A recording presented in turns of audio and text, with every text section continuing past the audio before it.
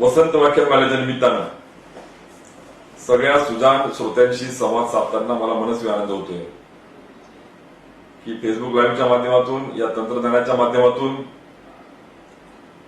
98 वर्षाची गौरवशाली परंपरा असलेल्या व्याख्यानमालेला खंड न पडू देता अखंडित सुरू ठेवण्याचा मानस त्यांनी घेतला. सर्वप्रथम मी त्यांना धन्यवाद देईल. आमचे मित्र, आमचे मोठे बंधू, आपल्या खानदेशाचे सुपुत्र, केवळ राज्यात नाही तर राष्ट्रामध्ये मीडिया क्षेत्रामध्ये आपलं अस्तित्व ज्यांनी निर्माण केलं असे अजित दादा चव्हाण आणि त्यांचे बंधू जे खांद्याला खांदा लावून या उत्तर महाराष्ट्रामध्ये नव्हे तर महाराष्ट्रामध्ये एक जागर चॅनलच्या माध्यमातून, जागर प्रतिष्ठानच्या माध्यमातून विचारांचा जागर सुरू ठेवण्यासाठी, वसंत व्याख्यानमालेला अखंडपणे आपल्या सगळ्यांसमोर त्या ठिकाणी नेण्यासाठी, व्याख्यानमालेचं पुष्प गुंफण्यासाठी त्यांनी मला संधी दिली. मी त्यांना धन्यवाद देईन. मी अभिनंदन करेन आमच्या अजितदादांचं, समीरदादांचं, जगताप साहेबांचं, त्यांच्या सगळ्या सहकार्यांचं की ही आपण परंपरा तंत्रज्ञानाच्या सहाय्याने आपल्या या चॅनलच्या माध्यमातून आपण सर्वसामान्य श्रोत्यांपर्यंत पोहोचवत आहे. व्याख्यान म्हटलं का माझ्यासारख्या तरुणाचा सगळ्यात आवडता जर विषय कुठला असेल तर तो व्याख्यान. कारण या जगामध्ये मग तो इतिहास बघा, मग तो वर्तमान बघा किंवा भविष्यातले वेद आपण घ्या, ज्याने ज्याने क्रांती केली, ज्याने ज्याने प्रगती केली, ज्याने ज्याने त्या ठिकाणी अस्तित्व त्याचं निर्माण केलंय, त्या त्या व्यक्तीच्या विचाराच्या बळावरच त्यांनी त्या ठिकाणी प्रगती केली आहे. आणि विचार जर करायचा असेल तर मला असं वाटतं व्याख्यानासारखं दुसरं माध्यम, दुसरं कुठलंही प्रबळ त्या ठिकाणी होऊ शकत नाही. आणि म्हणून आज या व्याख्यानमालेच्या निमित्तानं आपल्या सगळ्यांशी संवाद साधत असताना मला जो विषय त्या ठिकाणी दिला आहे, युवा संघर्ष आणि त्या ठिकाणी मार्गदर्शन म्हटलंय. मला असं वाटतं की युवा संघर्ष हा अत्यंत गरजेचा, या कोविडच्या धर्तीवर तर तरुणांपुढे अत्यंत महत्वाचा विषय त्या ठिकाणी घेतला आहे. पण त्याही पुढे महत्वाचं मला असं वाटतं मार्गदर्शन न म्हणता संवाद, तर मला वाटतं योग्य शब्द त्या ठिकाणी ठरेल. कारण की मार्गदर्शन कारण का इतका मी त्या ठिकाणी मोठा नाही, परंतु मला असं वाटतं की जे अनुभव मी वेचले, जे मी अनुभवलं, जे मी बघतोय ते आपल्या पुढे मांडण्याचा मी प्रामाणिक प्रयत्न या व्याख्यानमालेच्या निमित्तानं करेल. म्हणून मला असं वाटतं युवा संघर्ष आणि संवाद हा शब्द, हा प्रयोग, हा विषय त्या ठिकाणी अनुषंगिक योग्य ठरेल. आज युवा म्हटलं त्या शब्दामध्ये वेगळी ताकद त्या ठिकाणी दिसते आपल्याला. आपण ऐकतो, बघतो, वाचलंय आपण. युवा म्हणजे वायू, म्हणजे त्याला डायरेक्शन, त्याला मॅग्निट्यूड. आणि म्हणून या सगळ्या युवा शक्तीला जर योग्य दिशा द्यायची असेल, या युवा शक्तीला जर योग्य वळणावर आपल्याला न्यायचं असेल तर मला असं वाटतं की व्याख्यानमाला ही अत्यंत महत्वाची विचाराची त्या ठिकाणी हा प्लॅटफॉर्म त्या ठिकाणी ठरेल. युथ आर द पिलर, मी कायम बोलतो, युथ आर द पॉवर. पण या शक्तीला, या पिलरला त्याला दिशा तर दिली पाहिजे. आणि म्हणून इतिहास त्या ठिकाणी सांगतो, छत्रपती शिवाजी महाराजांच्या काळापासून तर आता पंतप्रधान नरेंद्र मोदींच्या काळापर्यंत आपण जर मग उद्योग, व्यापार, समाजकारण, राजकारण याचा जर आपण अभ्यास केला तर लक्षामध्ये येतं की पूर्वी कीर्तनातून प्रबोधनं व्हायची, कीर्तनातून मनं तयार व्हायची, कीर्तन, प्रवचन, निरुपम, आणि मग आताच्या काळातली व्याख्यानं, चर्चासत्र किंवा त्या ठिकाणी प्रदर्शन असतील, ही मला असं वाटतं मन प्रगल्भ करणारी चळवळ त्या ठिकाणी ठरते. आणि म्हणून प्रगतीकडे वाटचाल करायची असेल, जीवनातल्या संघर्षावर मात करायची असेल, युवा म्हणून आपलं अस्तित्व निर्माण करायचं असेल, मग मी सामाजिक त्या ठिकाणी असेल, राजकीय असेल, उद्योग असेल, माझ्या क्षेत्रामध्ये असेल, आपल्याला जर त्या ठिकाणी वाटचाल करायची असेल तर मला असं वाटतं या संघर्षाला सामोरे जाण्याचं बळ जर कुठे मिळत असेल तर मला असं वाटतं ते विचारातून, अभ्यासातून, आणि मी कायम बोलतो की उघड्या डोळ्याने जगण्यातून. जगत असताना आपण आपले विचार, आपला अनुभव, आपल्या सभोवतालच्या समाजातल्या घटना या वेचल्या पाहिजे आणि संवेदनशील मनाने तेवढ्या ताकदीने आपण त्याचा अवलंब केला पाहिजे. तर आणि तर मला असं वाटतं की युवा संघर्ष ही वाटचाल एक खऱ्या अर्थानं संवादातून आपल्याला प्रेरणादायी तरीके ठरेल. आज या व्याख्यानाच्या निमित्तानं मला आपल्याशी सगळ्यांनी संवाद साधत असताना एक लक्षामध्ये आणून द्यायचंय की व्याख्यानाचा विषय म्हटला की मला आठवतं मी त्यावेळेस 10वी नंतर मला चांगलं आठवतं चाळीसगावमध्ये नारायण बंकर भाषणाची सरस्वती व्याख्यान मला चालते. एक चांगली परंपरा की ज्याच्यातून आमच्यासारख्या तरुणाईची मन त्याच्यामध्ये बिजर होण्याचं काम जर कोणी केलं असेल तर या व्याख्यानमालेच्या निमित्ताने त्या ठिकाणी झालं. पुढे चालून नाशिकच्या वसंत व्याख्यानमालेचं तर लहानपणापासून ऐकतोय बघतोय आणि त्या व्याख्यानमालेतला पुष्प गुंफण्याचं आज संधी मला आपल्या निमित्ताने आपल्या माध्यमातून मिळते. मला असं वाटतं या व्याख्यानमालेच्या माध्यमातून गोदाच्या तीरी असलेल्या आपला नाशिक, गोदावरी, तापी, गिरणा या समृद्ध असलेला आपला उत्तर महाराष्ट्र, त्याला कुणाची नजर लागेल की काय आता पुन्हा तो सुजलाम सुफलाम करण्याच्यासाठी या वसंत व्याख्यानमालेच्या निमित्तानं हा जागर पुन्हा एकदा करण्याची वेळ त्या ठिकाणी आली. आणि म्हणून आज मला आठवतं की मी 10वीला असताना एक असंच पेपरमध्ये वाचलं की उद्या पुण्यामध्ये शेतमाल निर्यात शिबिर, आणि पुण्यात गेलो त्या ठिकाणी व्याख्यान होतं. पुणे कृषी उत्पन्न बाजार समितीचे त्या काळातले सचिव मला चांगलं आठवतं बाळकृष्ण बोप, आणि त्या कार्यक्रमाला त्यांनी शेतमाल निर्यात शिबिर असा विषय ठेवला होता. चाळीसगावचे रामभाऊ शिरोडे देखील त्या कार्यक्रमामध्ये मला चांगलं आठवतं. आणि त्या शेतमाल निर्यात शिबिराच्या कार्यक्रमात मोहन शंकर देशपांडे, कोल्हापूरच्या आजरेचे ते सेंद्रिय शेती मार्गदर्शक, त्यांनी तो विचार मांडला आणि त्यांनी सांगितलं अंगारा अमृत पाणी मधून एक जैविक शेतीतून आपल्याला कसं उत्पन्न वाढवता येतं.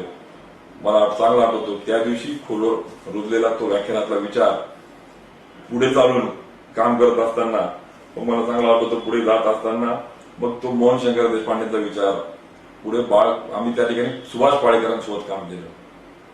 मग ती पुन्हा व्याख्यानातून आणि चर्चासत्रातून निर्माण झालेली आवड कुठेतरी त्या चर्चासत्रात रुजलेले विचार पुढे चालून सुभाष पाळेकरांनी ज्यावेळेस सेंद्रिय शेती झिरो बजेट फार्मिंग ज्यावेळेस त्यांनी पुढे आणलं त्यांच्याशी जुळलं गेलो.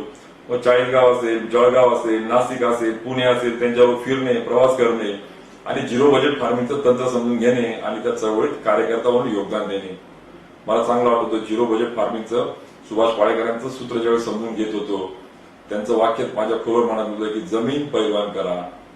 म्हणजे आता जमिनीला का कुस्ती करायला लावायची का काय, पण जमीन इतकी सशक्त असली पाहिजे की त्याच्यावर कुणाचाही मारा जरी झाला तरी ती बळी पडता कामा नये, इतकी ताकद त्या मातीत निर्माण करली पाहिजे. हा विचार जेव्हा त्यांनी सांगितला आणि आता मला वाटतं कोविडच्या धर्तीवर देखील आपण स्वतःला इतकं सशक्त केलं पाहिजे, इतकी इम्युनिटी पॉवर आपली स्ट्रॉंग केली पाहिजे की आता कोणत्याही जीवाणू आणि विषाणूचा मारा झाला तरी त्याला मी बळी पडता कामा नये. कारण की आता art of living with corona आपल्याला सगळ्यांना स्वीकारावी लागणार आहे. आणि म्हणून संघर्ष करत असताना मग ती जगण्याचा संघर्ष, मग तो नोकरीचा संघर्ष, मग तो समाजकारणाचा संघर्ष, मग तो उद्योगाचा संघर्ष, मला असं वाटतं या सगळ्यासाठी आपल्याला art of living with corona ही आपल्याला अंगीकारावं लागणार आहे. म्हणून मला सांगा आठवतो सुभाष पाळेकर साहेब ज्यांना आता पद्मश्री पुरस्कार मिळाला मागच्या काळात, त्या सुभाष पाळेकर साहेबांनी आम्हाला त्या काळी सांगितलं होतं की जमीन पैलवान करा. आणि तो विचार घेऊन मग आम्ही कार्यकर्ते, आम्ही सगळे एका विचाराचे सगळे आमचे मित्र या चळवळीला पुढे नेत असताना सगळ्या ठिकाणी मला चांगलं आठवतं की कुठेतरी तो खोलवर विचार जो रुजला होता मला चांगला आठवतं. आणि पुढे जाऊन आपल्याच महाराष्ट्राचे कृषी आयुक्त सुधीर कुमार गोयल साहेब त्या ठिकाणी होते आणि नाशिक विभागाचे joint director doctor R S. Patil होते. या सगळ्यांच्या मदतीने मला असं वाटतं ही कुठेतरी बीजं रोवल्या गेली. म्हणून पुढे सेंद्रिय शेतीच्या माध्यमातून आम्ही 10,000 एकरावर आमचे काही तरुण मित्र एकत्र येऊन सेंद्रिय शेती प्रमाणीकरणाचं काम केलं आणि शेतकऱ्यांचा माल हा निर्यात करून त्याला कशा पद्धतीने रॉयल्टी त्याला प्रीमियम मिळवता येईल हे काम त्या ठिकाणी उभारलं. पुढच्या काळात जेनेटिकली प्रोड्यूस काही त्या ठिकाणी बीटी कॉटन सारखे सीड्स आले, त्यामुळे या चळवळीला थोडा सेटबॅक बसला.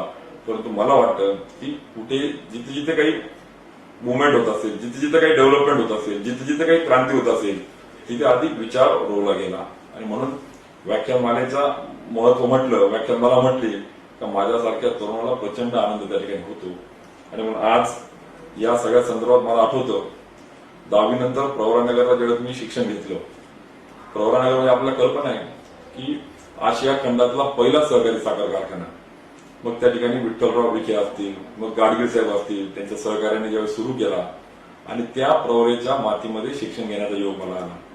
आणि मग तिथे ज्यावेळेस मी बघितलं तिथली नेतृत्व, तिथली सहकार चळवळ, तिथली विकासाची झेप, तिथले बाबळेश्वरचं कृषी विज्ञान केंद्र असेल, तिथल्या मग निझर्नेश्वर सारख्या दूध संघापासून म्हणजे एक वेगळी वाटचाल त्या ठिकाणी त्या मातीतल्या नेतृत्वाने, त्या मातीतल्या तरुणांनी संघर्ष करून पुढे नेली.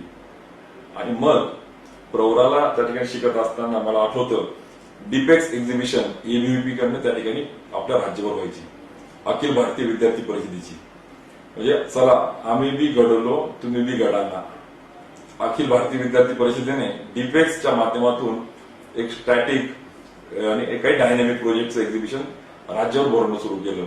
आणि मला चांगलं आठवतं की पुण्याच्या एकदा डिबेटच्या एक्झिबिशन मध्ये एक विषय होता रिव्हर्स इंजिनिअरिंग, की जपानच्या उदाहरण त्या ठिकाणी दिलं होतं की हिरोशिमा नागासामीच्या त्या बॉम्ब ब्लास्ट मध्ये बेचिराग झालेलं जपान पुन्हा कसं त्या ठिकाणी प्रगतीचे या राज्यात या देशात नाही तर जगात त्या ठिकाणी पुढे आलं.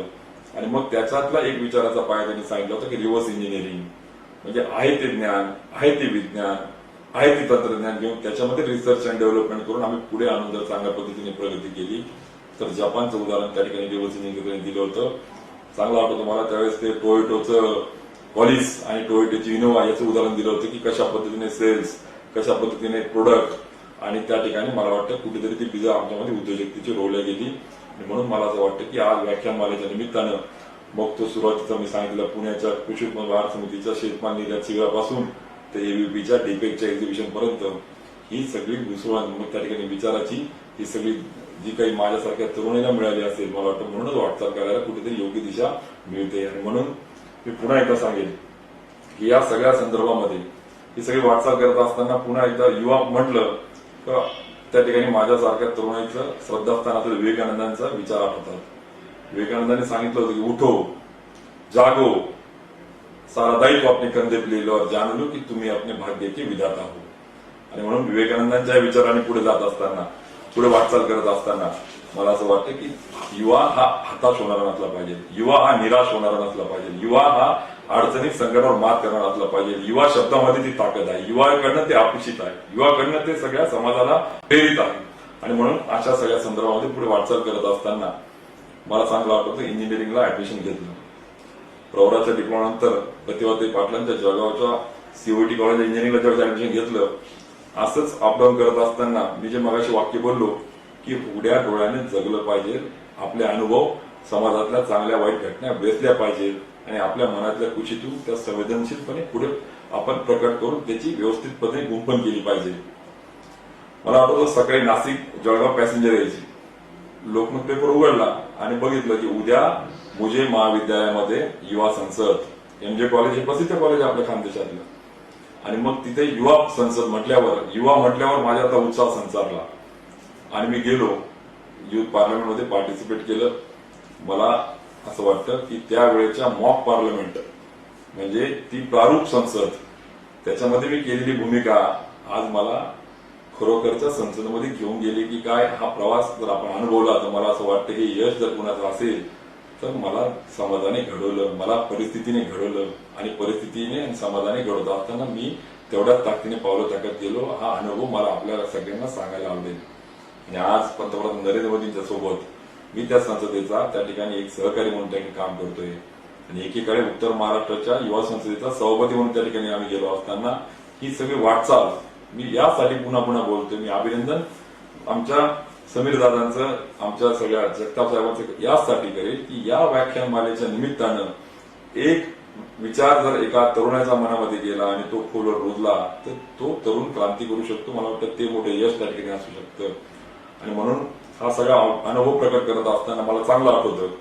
मग पुढे चालून या सगळ्या विज्ञान, तंत्रज्ञान, सेंद्रिय शेती, डिबेट्स म्हणजे सगळ्या चौफेर व्याख्यानमाला, चर्चासत्र, प्रदर्शनं या सगळ्या व्यक्तिमत्वाचं भेटत असताना मग अण्णा हजारेंचं आंदोलन असेल, मग अण्णा हजारेंचं रायगड सिद्धी असेल, मग आमच्या पोपटराव हिवरे बाजार असेल, मग आमच्या त्या ठिकाणी पेरे पाटलांचं पाटोदा असेल, या सगळ्यांसोबत काम करत असताना ग्रामीण आणि शेतीपासून तर इन्फॉर्मेशन, कम्युनिकेशन आणि टेक्नॉलॉजीच्या सहाय्यानं एम एस स्वामीनाथन की ज्यांनी अॅग्रिकल्चर टास्क फोर्स कमिटीचे चेअरमन भूमिका बजावली आणि माहिती तंत्रज्ञानाच्या विज्ञानाच्या सहाय्याने मानवाच्या जीवनात कसा बदल होतो याचा प्रयोग केला आणि त्या ठिकाणी शरद पवार साहेबांनी त्यांनी अॅग्रिकल्चर टास्क फोर्स कमिटीचे चेअरमन त्या ठिकाणी केलं.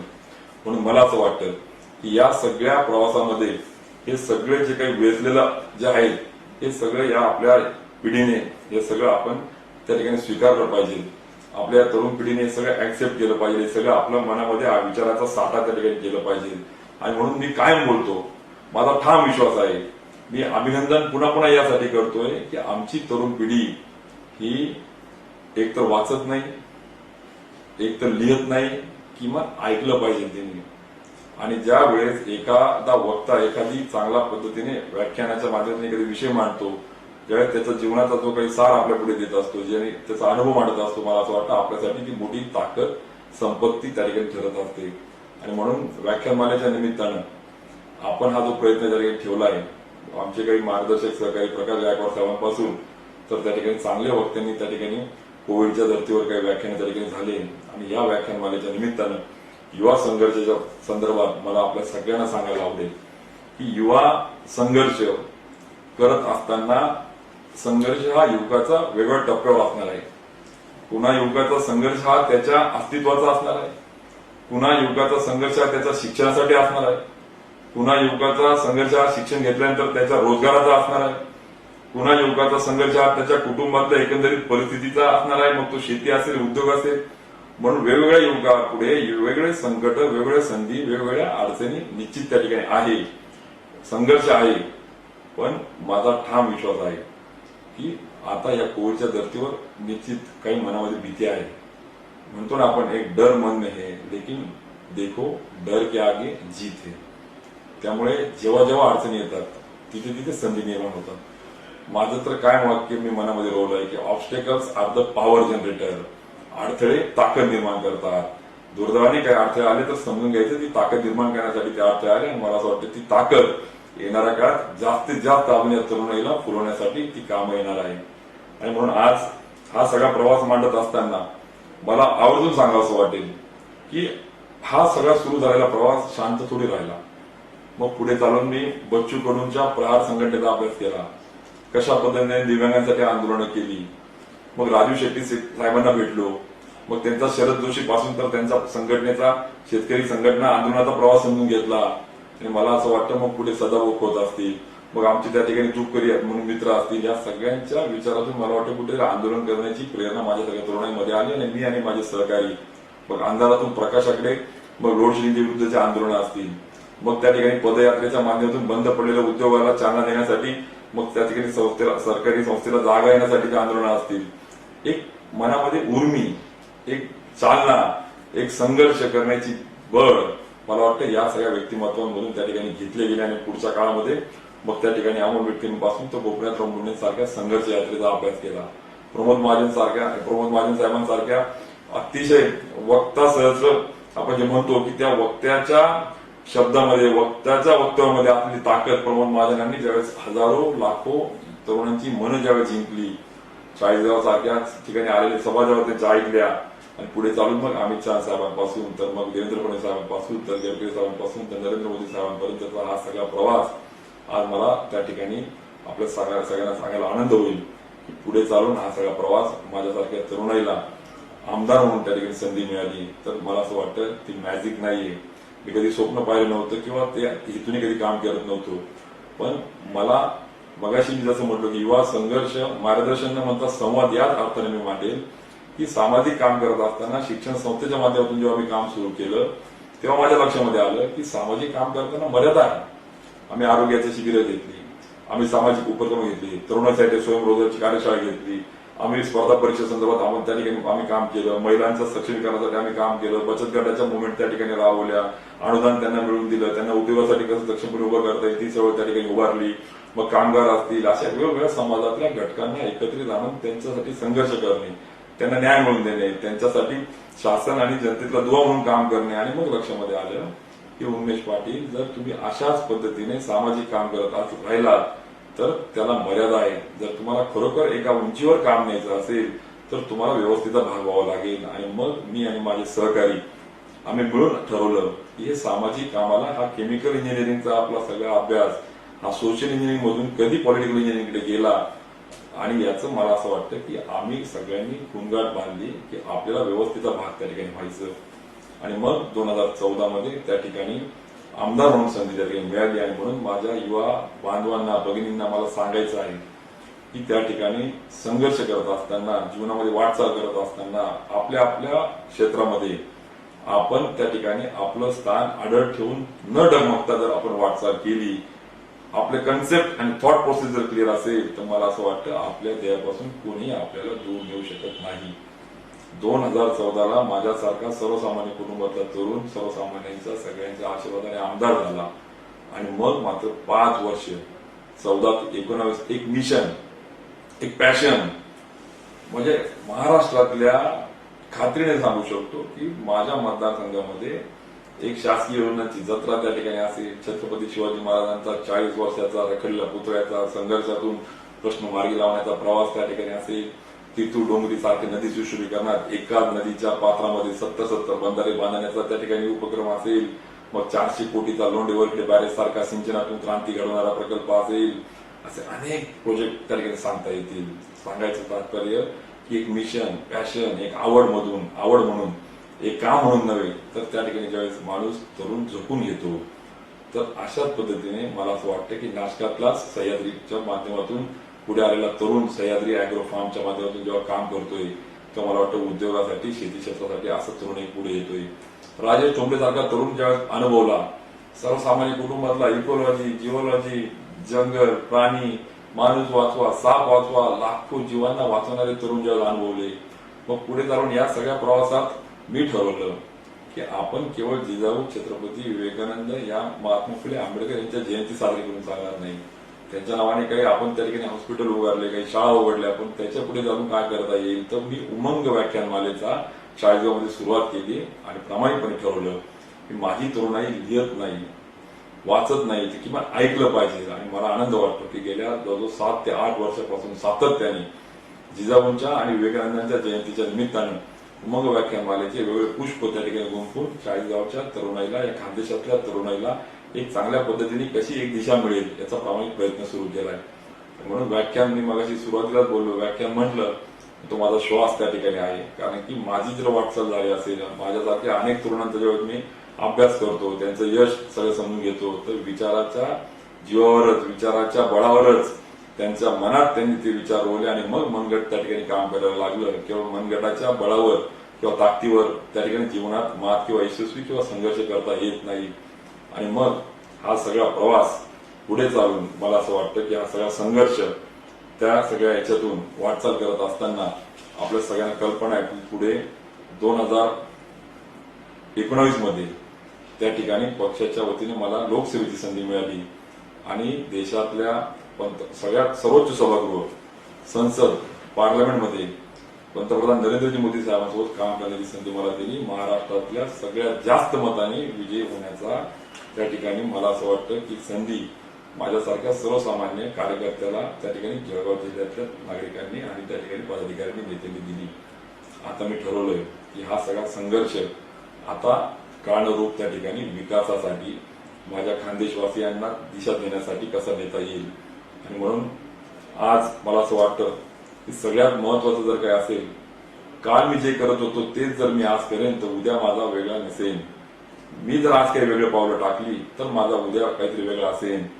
आणि म्हणून या लॉकडाऊनच्या निमित्तानं आपण सगळ्यांनी एक निश्चय केला पाहिजे की मी आता एक वेगळं पावलं त्या ठिकाणी टाकेन. मी माझ्या जीवनाला दिशा देण्यासाठी एक चांगल्या पद्धतीने माझ्या मनाची तयारी करून मी त्या ठिकाणी ताकदीने उतरेन. तर आणि तर मला असं वाटतं की ही तरुणाई, हा संघर्ष त्या ठिकाणी कुठेतरी मला असं वाटतं एक योग्य वळणावर घेऊन जाऊ शकतो. आणि म्हणून मला आज काहीतरी वेगळं केलं पाहिजे, याची मनामध्ये खोलवर विचाराची रुजवण आपण केली पाहिजे.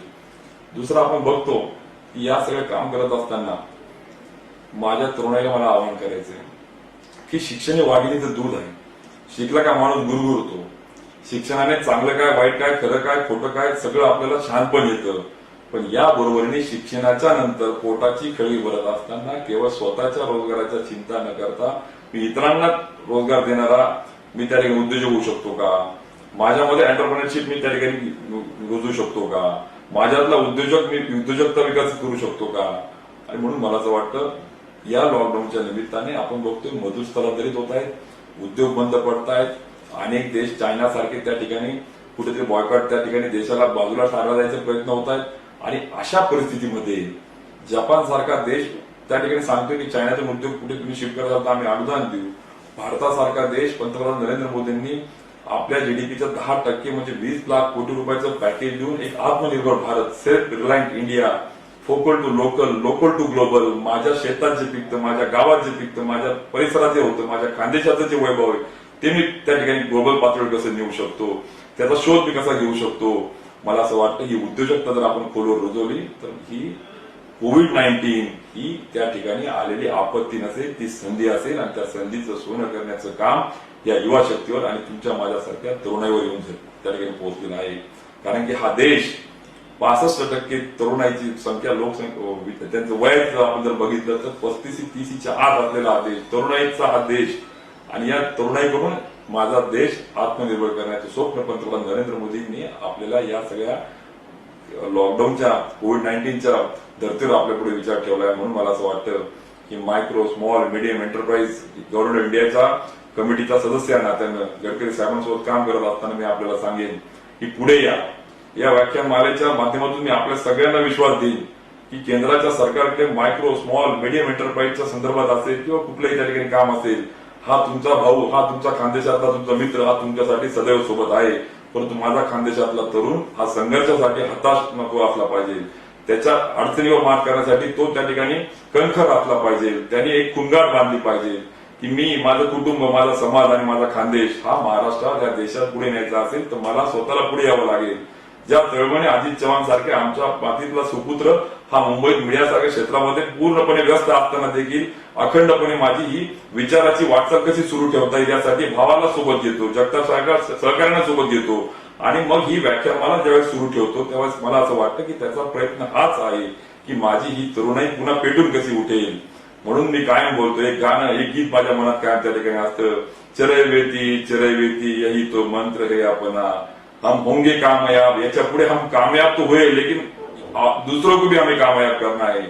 त्या दृष्टीने आपल्याला कसं कामाला लागता येईल हा विचार जर आम्ही करलो तर मला असं वाटतं खऱ्या अर्थानं व्याख्यानमालेच्या आयोजकांचा हेतू त्या ठिकाणी सफल होईल. त्या ठिकाणी वाटतं की या उत्तर महाराष्ट्रातल्या माझ्या नाशिक पासून तर त्या ठिकाणी जळगाव, धुळे, नंदुरबार, नगरचा आपण अभ्यास केला तर सगळ्यात महत्वाचा काही प्रश्न असेल तो सिंचनाचा.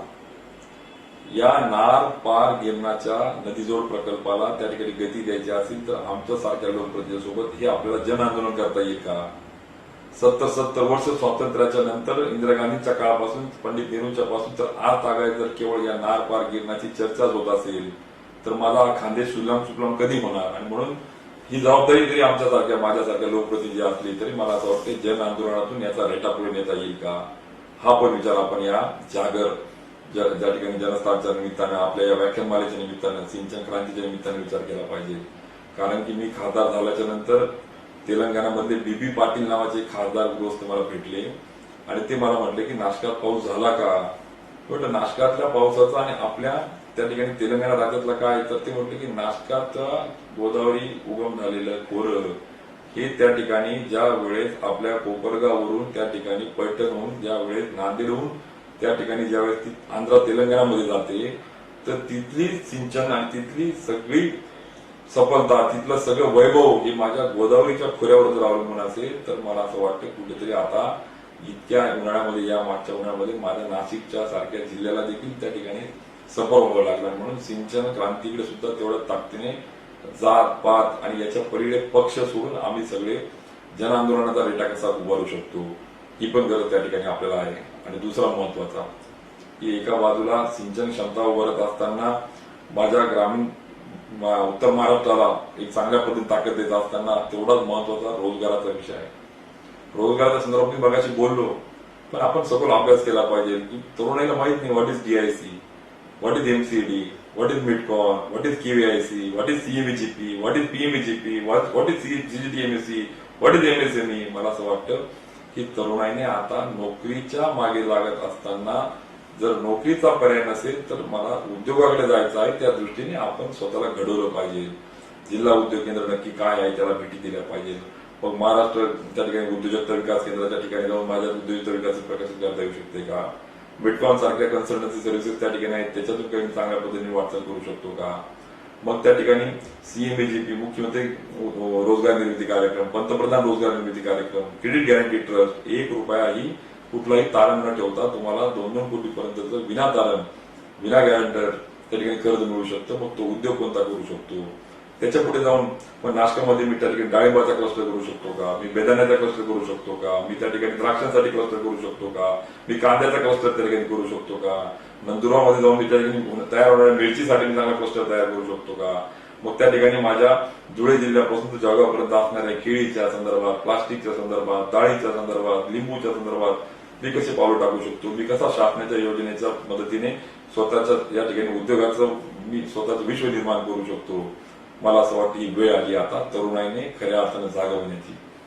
झोपलेल्या उठवण्यापेक्षा मला असं वाटतं सोंग केलेल्याला उठवणं जास्त त्रासदायक त्या ठिकाणी आहे. आणि म्हणून आता तरुणाईनेच पहिले एक निश्चय केला पाहिजे की आता मी माझं लॉकडाऊनच्या नंतरचं विश्व हे खऱ्या अर्थानं सामर्थ्यवान युवा म्हणून मी पुढे जाईन.